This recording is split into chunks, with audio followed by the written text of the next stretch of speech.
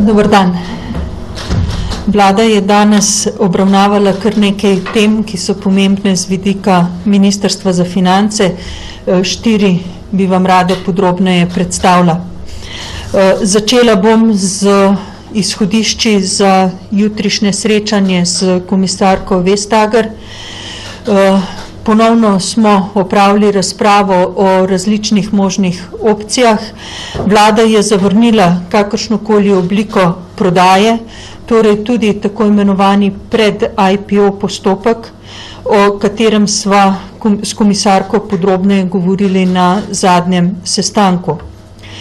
Na ministrstvu smo v zadnjih 14 dneh v sodelovanju z strokovno ekipo Evropske komisije na delovni ravni razpravljali tudi o drugi alternativni opciji, ki sem jo nakazala že na prejšnjem sestanku pri komisarki.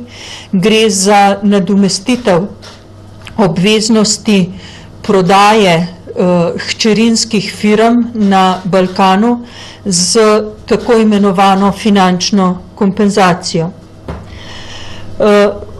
Tudi danes je bil dograjen ali pa nadgrajen ta predlog, predmet podrobnejše razprave na vladi, in to bo osnova tudi za jutrišnje pogovore s komisarko.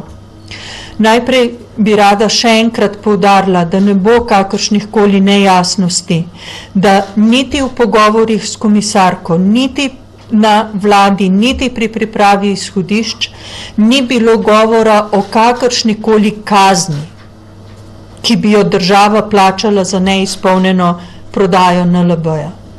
Govora je vedno zgolj o tem, da bi se obveznost prodaje filial, če ne pride do privatizacije NLB-ja do postavljenega roka, nadomestila z finančno kompenzacijo.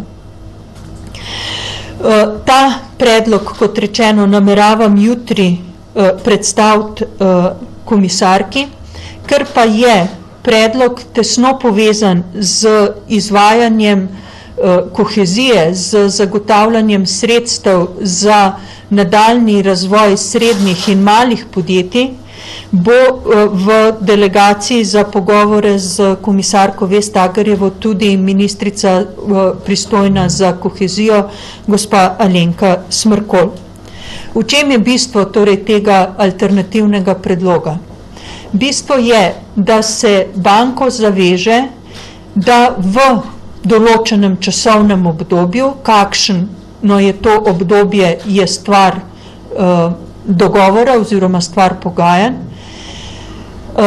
vplača v sklad skladov določen znesek, ki ga ravno tako lahko dogovorimo z komisijo. Naše izhodišče je, da bi ta bil nekje v okvirih, kolikor bi znašala vrednost prodanih filial, če bi jih bilo treba prodati.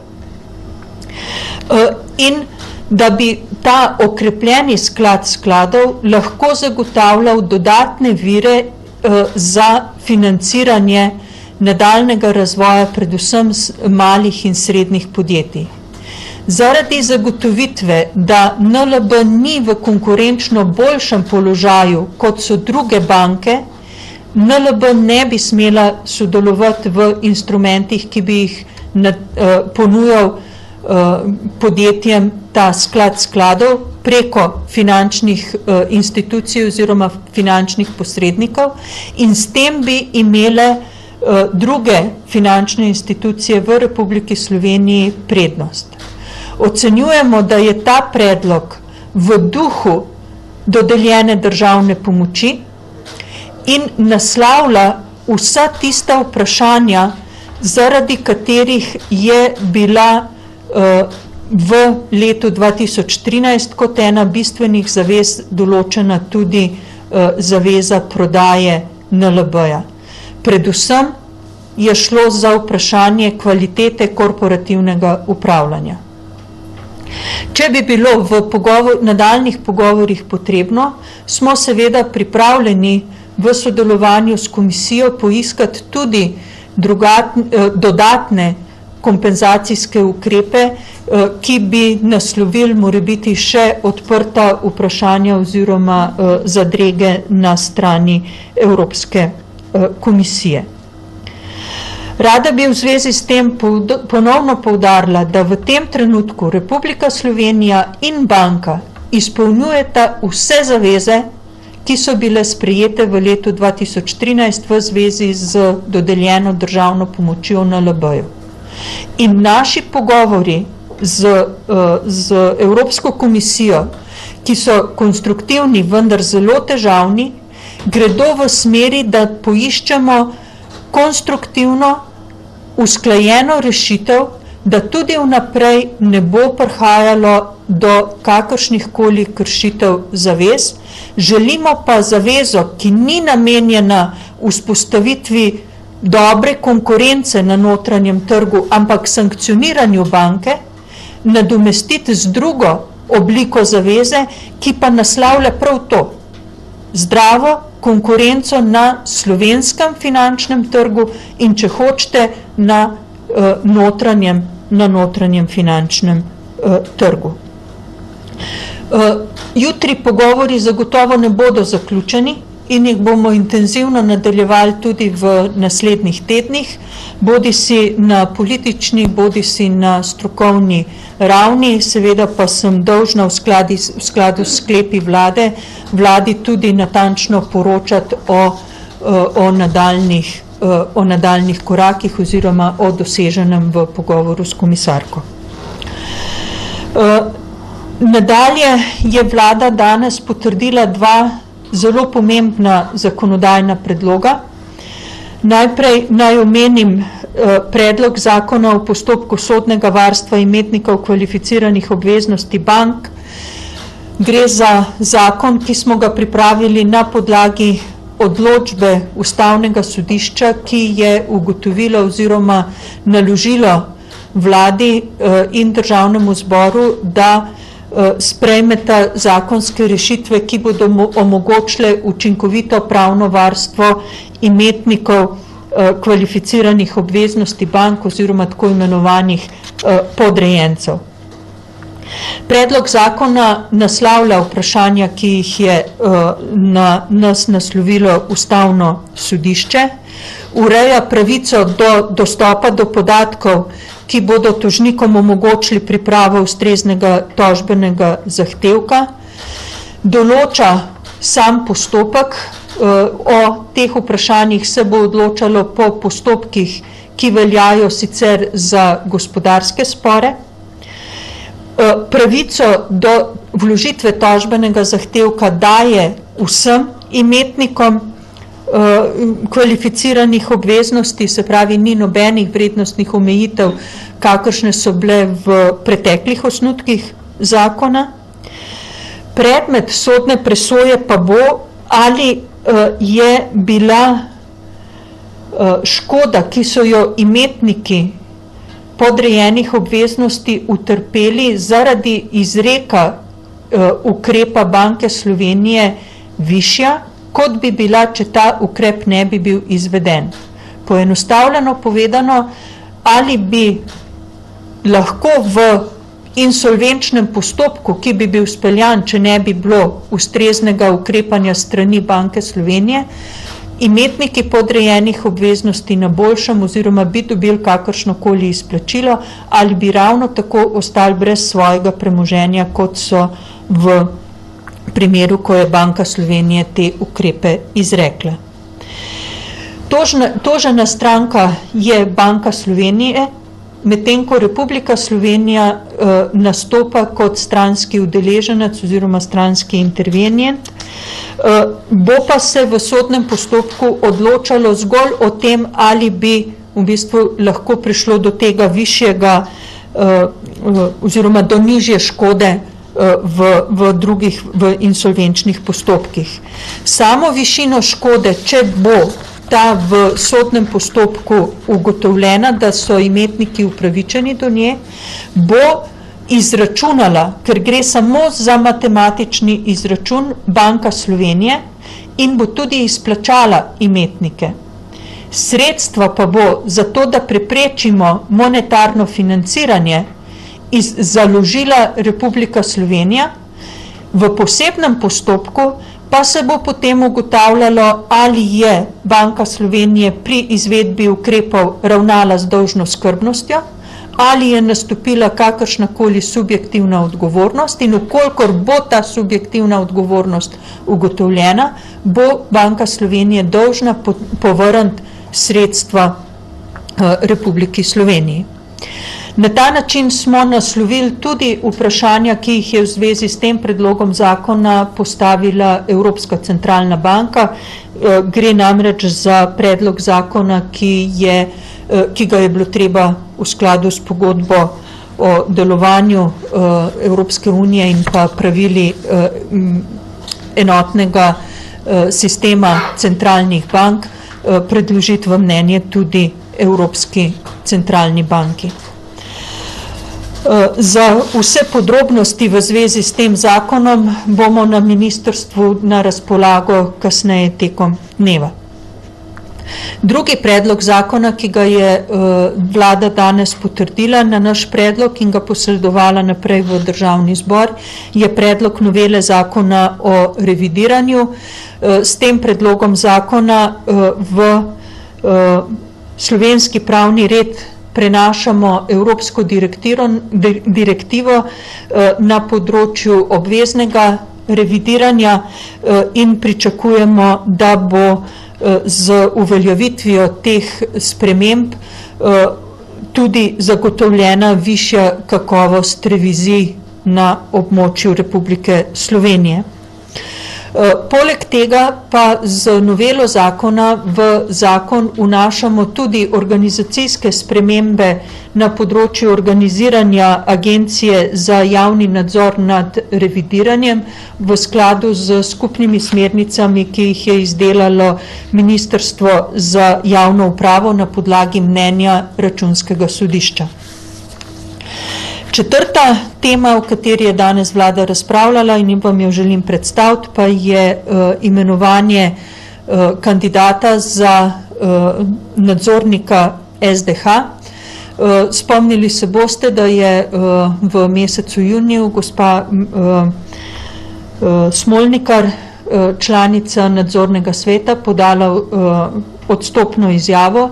V mesecu septembru smo izvedli javni razpis z željo, da dobimo nov nabor možnih kandidatov.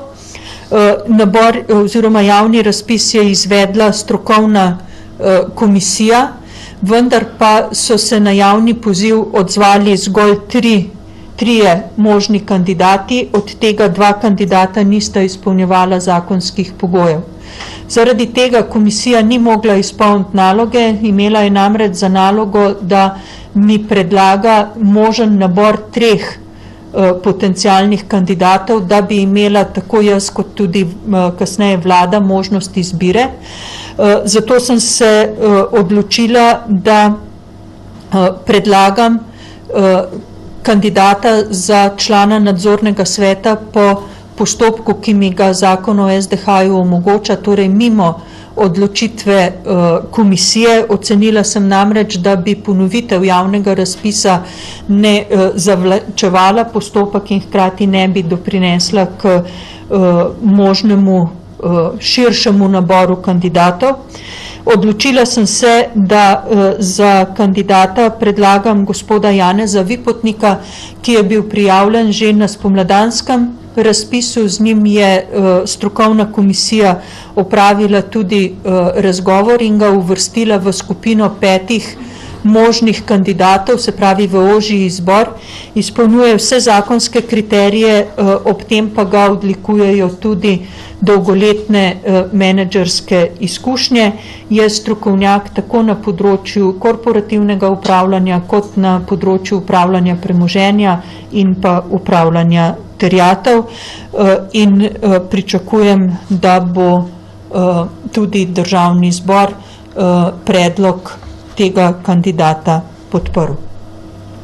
Hvala lepa. Hvala za ta uvod na pomembne teme. Sledijo vaše vprašanja, ministrici za finance. Delo, izvolite. Ja, dober dan, Miha Jenko, Delo. Gospa ministrica, mene pa zanima, koliko je zdaj ta tretji scenarij že usklajen z službami Evropske komisije. Sami ste rekli, da nastaja skupaj s strokovnimi službami, pa me zanima, kakšen odgovor pričakujete jutri v Bruslu strani gospoda Junckerja in strani komisarke Vestagerjeve?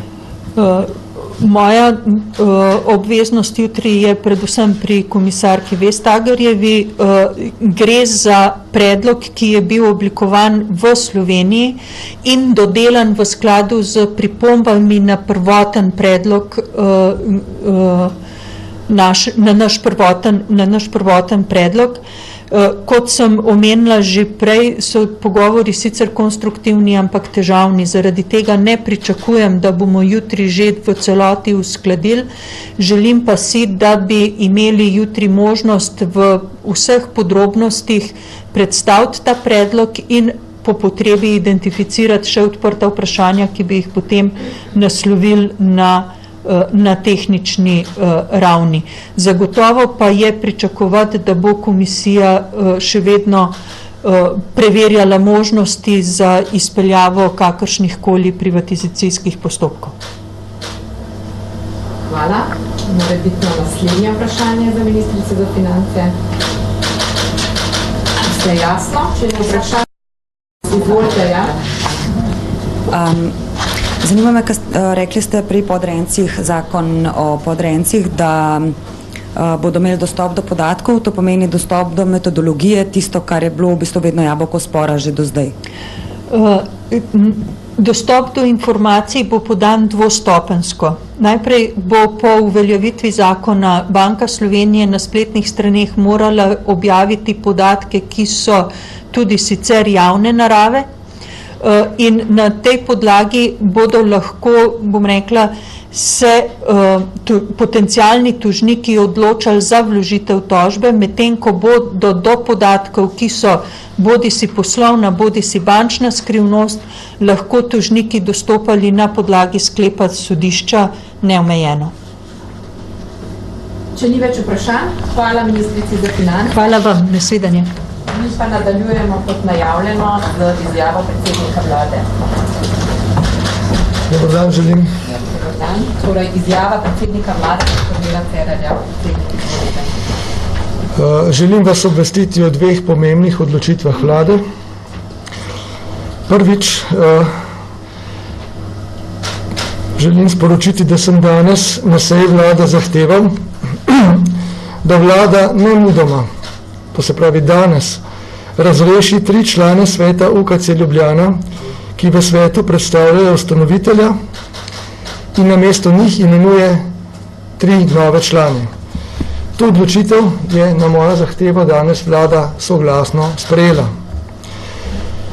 Vsi vidimo, da so razmere na otroški srčni kirurgiji nedopustne in nesprejemljive.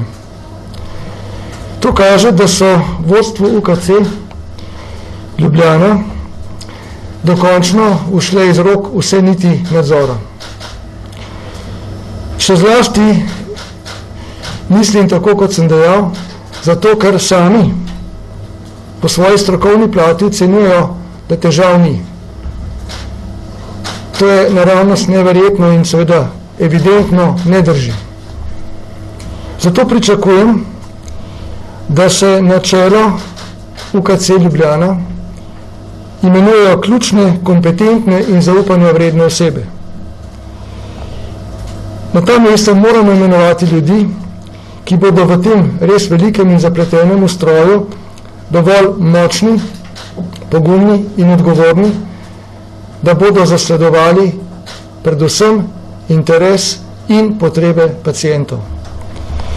Kot predsednik države namreč nikakor ne želim voditi države, ki bo dovolila, da starši ne bodo mogli zaupati slovenskim zdravstvenim institucijam in bodo v strahu za zdravje svojih otrok. Ne morem tudi dovoliti, da se težke zgodbe otrok s prirojeno srčno napako in tudi zgodbe njihovih staršev zlorabljajo politične namene za pridobivanje političnih točk. Tudi to je sramotno in nedopustno. Zato, kot rečeno, pričakujem, da bo čim prej konec javnega obračunavanja znotraj vodstva UKC, s čimer je to vodstvo povzročilo veliko škodo svojim kolegom, ki dobro delajo v okviru UKC, in s tem je seveda tudi omajalo zaupanje v delovanje našega javnega zdravstvenega sistema. Zato smo danes sprejeli to prvo odločitev, ki mora peljati do naslednje. Drugič, vsi vemo, da v Sloveniji potrebujemo kakovosten in samostojen program otroške srčne kirurgije. Zato sem danes zahteval, da vlada sprejme še drugo odločitev, in sicer, da se nemudoma, oziroma v najkrajšem času, ustanovi samostojen center za zdravljenje otrok in odraslih s prirojenimi srčnimi napakami. Tudi to odločitev je vlada danes soglasno sprejela in zelo sem vesel, da je vodilno vlogo v tem procesu ustanavljanja, vzpostavitve tega centra nesebično prevzel naš znani, v svetu eden vodilnih in najbolj prepoznavnih kirurgov, profesor dr. Igor Gregorič. Zato res njegovo nesebično gesto, pripravljenost pomagati Sloveniji, našemu javnemu zdravstvenemu sistemu, pacientom, predvsem tudi našim otrokom, samo res iskreno zahvaljujem in seveda pričakujem, da bo sedaj Ministrstvo za zdravje in da bodo drugi pristojni organi in institucije storili vse, da ta center čim prej zaživi. Toliko z moje strani, ostalo pa vam bo pojasnila ministrica za zdravje, ki je danes tudi pripravila vsa ta gradiva, ki sem jih danes zahteval na seji vlade, da bomo in da smo lahko odločili. Hvala lepa. Nasvidenje.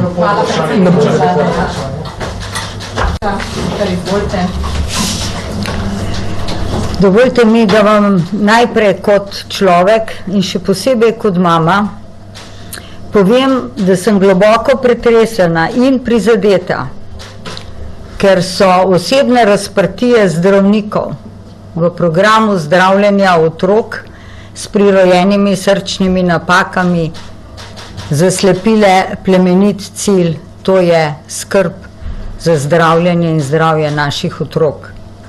Kot ministrica pa naj povem, da bi vodstvo UKC, ker ni uredilo razmer, zamenjala že junija, če bi to lahko in če bi za to imela pristojnosti.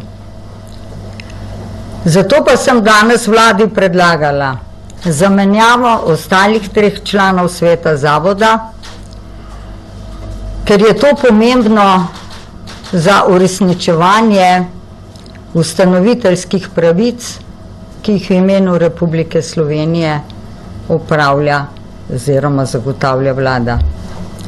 Poleg tega pa sem vladi danes, in ta sklep je bil tudi soglasno sprejet, to je dodaten sklep, da ta ustanovitev centra za te otroke in odrasle z srčnimi napakami bo ustanovljen kot javno zdravstveni zavod in da bomo popravili vse potrebno v najkrajšem možnem času. Povem lahko tudi, da se bom sestala z vsemi člani sveta UKC in zahtevala, da takoj skličajo nujno oziroma izredno sejo ter razrešijo nastalo situacijo. Vaše vprašanje za ministrico za zdravje TV Slovenije potem povsem. Gospa ministrica, kljub vsemu se zdi, da nismo prišli prav daleč od junija, ko ste prvič pozvali vodstvo k odstopu. Zdaj imenovani so bili 3 novi člani v svet, pa ta svet ni sposoben med sabo zbrati niti predsednika, kaj šele, da bi sprejemal odločitve o razrešitvah. Strokovna direktorica je zaščitena strani strokovnega sveta, je imela podporo, kako bo šlo to. Če sem vas prav razumela, zdaj nekako od sveta pričakujete, da bo sprejel ključne poteze v smislu razrešitve trenutnega vodstva. Junija to ni uspelo. Kaj nas zdaj lahko prepriča, da se bo to spremenilo? In težava ni samo vodstvo, ne? Kaj pa tam na oddelkih, kjer se zdravniki očitno med sabo ne razumejo? Kako boste pa reševali ta del? Tako kot sem že rekla, bom od novega sveta zahtevala sklic nujne seje, na kateri bodo obravnavali odgovornost vodstva za urejanje razmer na tem delu in seveda posledično tudi ustrezne ukrepe navzdol oziroma, če hočete, po posameznih oddelkih. Ja, gospa ministrica, kako si predstavljate, da bodo zdravniki, ki že 10 let ne morejo sodelovati, zdaj sodelovali v novem centru? Kot veste, je ta center zasnovan kot samostojni javnozdravstveni zavod. Veste, da deluje že nekaj časa projektni svet, ki je pripravil vse ukrepe za delovanje tega centra. Projektni svet bo imel tako nadzorno, svetovalno funkcijo in seveda tudi opravil ustrezno kadrovanje. Tako da sem prepričana, da bo lahko v tem svojstvu pod vodstvom profesor Gregoriča lahko zelo uspešno začel svoje delo. Še eno vprašanje imamo, izvolite. Govorite o najkrajšem možnem času, ne? Masa konkretno, ne vem, bo to pol leta, leto dni, koliko časa bo trajalo? Ne, veliko prej, ker mi imamo projekt pripravljen, dejansko bo potrebno samo sprejeti določene ukrepe, da se gre v izvedbo. Pa samo to še mogoče, se vi počutite kaj odgovorno oziroma imate občutek, da vam je ušla ta situacija iz roka ali da ste vendarle obvladovali glede na svoje pooblastila in zmožnosti to situacijo, ki se je odvijala v UKC? Poglejte, sem že v izjavi povedala, da bi jaz storila že junija. Veste, kdaj sem jaz pozvala vodstvo k odstopu? Žal, kot sem rekla in bom še enkrat ponovila, nimam pristojnosti, da bi to lahko naredila. Hvala. Zadnje vprašanje imamo še. Samo še eno vprašanje za kolegico. Kako mogoče komentirate pač včerajšnjo novico, ker pač nismo še slišali vašega odziva, da sta pač z programa otroške kirurgije odstopila 2 kirurga, medtem ko vodstvo vztraja pri tem, da je vse v redu? Jaz sem to novico izvedela včeraj pozno zvečer iz medijev. Dejstvo je, da ne želita pač sodelovati po informacijah, ki sem jih dobila iz medijev, sodelovati v tem programu zaradi slabih medsebojnih odnosov. Sem pa seveda zahtevala, da mi tudi pisno napišeta točno razloge in kaj je problem. In tudi to bo obravnaval svet zavoda na nujni seji. Lahko mogoče smo še nekaj, gospod ministrica, če se ne motimo, ste danes pred sejo vlade se z gospodom Cerarjem usedla prav v tej zadevi. Me samo zanima, ali ohranjate torej zaupanje predsednika vlade? Ja, mislim, da je on tudi danes z nastopom in soglasno podporo na vladi to več kot očitno. Hvala. Hvala lepa.